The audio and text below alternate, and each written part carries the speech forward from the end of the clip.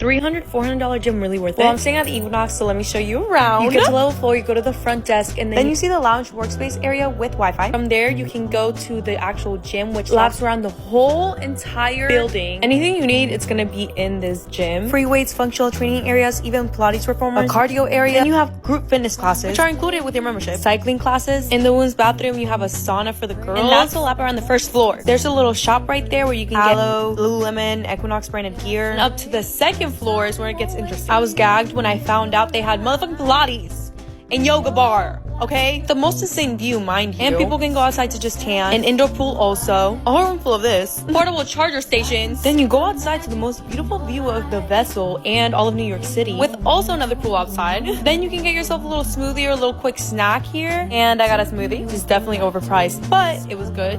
10/10 experience. I'm also staying in the hotel resort at Equinox, so let me know if you guys want a tour of that. Love you, bye.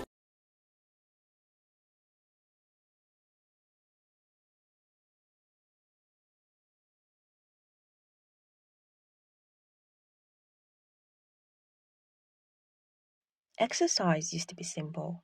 You ran because your body needed movement. You lifted everything because you wanted to get stronger. You stretched because your back hurt after sitting weird for 6 hours. It wasn't glamorous. It wasn't aesthetic.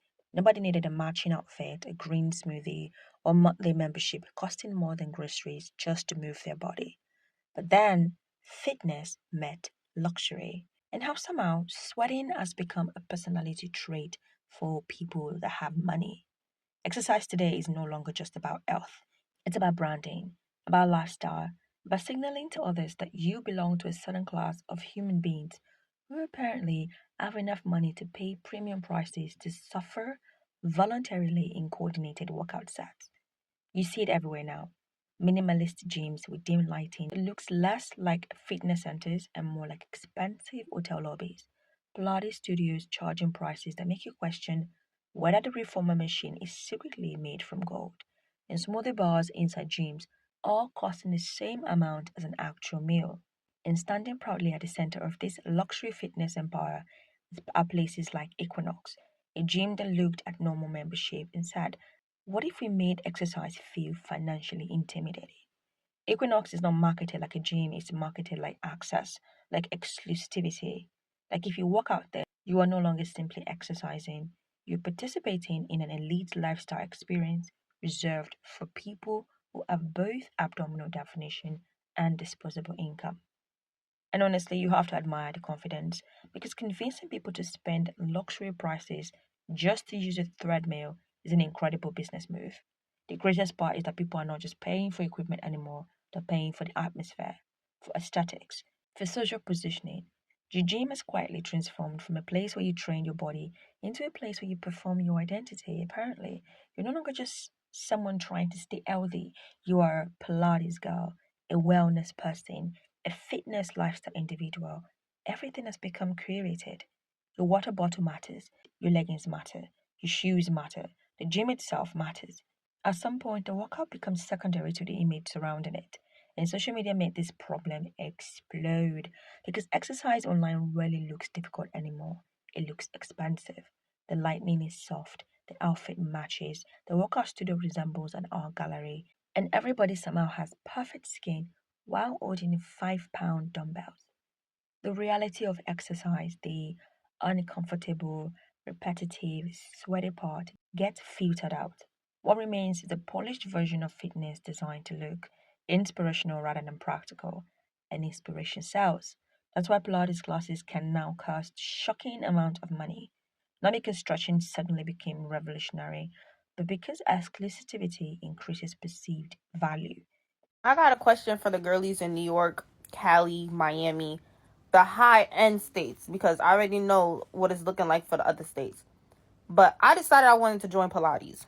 Cool, collected, calm. The first session is a free 30-minute class, whatever the case may be. I spoke to my boss. Apparently, she does the same Pilates class. So I'm like, how much you pay for the month? She was just like, well, I pay like $180. Cool, $180. I think that's a fire deal for unlimited classes for $180 a month. No, I was lied to. I looked on Reddit. People saying they paying $200 a month. That's still fine with me. I don't mind paying $200 a month for unlimited classes and I have an instructor. Old girl called me. I asked her how much is it for 2 classes a week for the month. She says $229 for 2 classes a week. What the fuck am I paying for? Then I asked, okay, so how much is for like the unlimited classes? Because if I'm paying $229 for fucking 2 classes, how much is the unlimited classes that y'all here trying to like get on me? She said $359. That's how much y'all paying for. That's how much y'all paying for Pilates. Like for real, like for real. Are people who own Pilates studios okay? Are you guys are actually charging $42 for a singular class? I don't want any comments either, like, if you're broke, just say that. Like, there's a difference between spending money on yourself versus spending frivolous amounts of money. $42 a class? Like, no way. Are you paying $42 for an hour that's not even private coaching? No. I love Pilates. I think it's a great workout. I'm like, let me get back into it. I'm going to look at a few different studios. There is one studio that charges like $45 for a drop-in class, which is crazy. But then when you join the membership, the classes become like $15 to $17. Okay, fine. I don't think that's too much. I can live with that. I looked at another studio. When you buy the membership, it is like $35 a class to $38 a class. Let me show you the prices. This is gross. Okay, so you have $42 for a drop-in class. And if you don't get there within 6 months, it expires. You're not getting your $42 back. Wild. People are no longer just buying exercise, they're buying proximity to a lifestyle that is associated with discipline, attractiveness, wealth, balance, and status. And status is profitable. That is why so many fitness spaces now feel intimidating on purpose. The sleek interior, the curated playlist, the expensive membership, the influencer partnership, everything is designed to make you feel like joining means upgrading your life, not your health, your identity. Because if fitness was purely about physical training, people would realize how little equipment they actually need. Because the last time I checked, walking is free, so is running. Basic strength training is incredibly simple. You can build endurance without mood lightning and an ecliptic tower service. It doesn't feel exclusive. A modern wellness culture thrives on exclusivity. The more expensive something is, the more people assume it must work better. A $20 yoga mat stretches the same way a $120 yoga mat does. Yet, one somehow feels spiritually superior because it was recommended by an influencer named Chloe who drinks chlorophyll water and wakes up at 4:30 a.m. for no reason.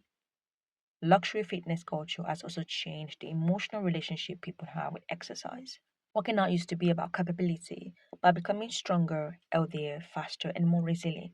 Now, for many people, fitness is becoming another form of social comparison.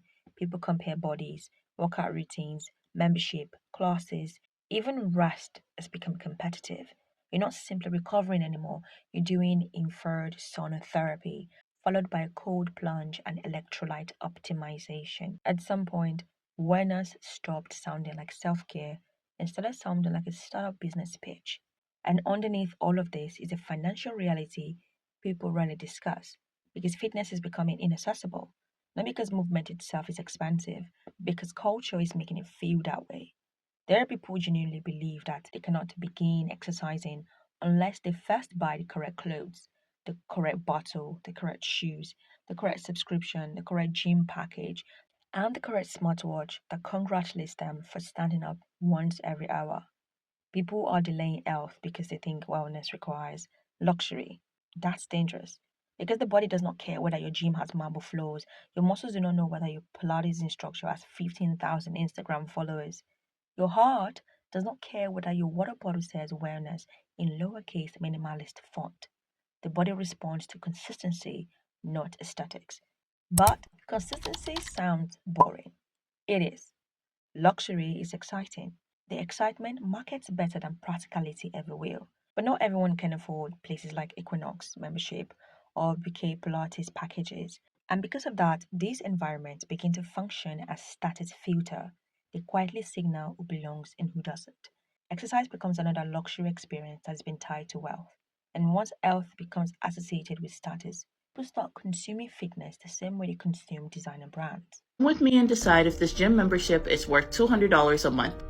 They have a life cafe that offers smoothies, wholesome meals, and acai bowls. They also integrated co-working spaces for those who work remotely, basketball courts, pickleball, rock climbing, tennis, and racquetball. Top of the line cardio equipments that you can pair to your Apple Watch, weight equipments. There are spaces designed for mobility and strength training, as well as boxing, and you get a complimentary trainer. There are group classes such as yoga that's all included in your membership, Pilates, indoor cycling, HIIT, and strength, and you can access these classes anytime via the live stream.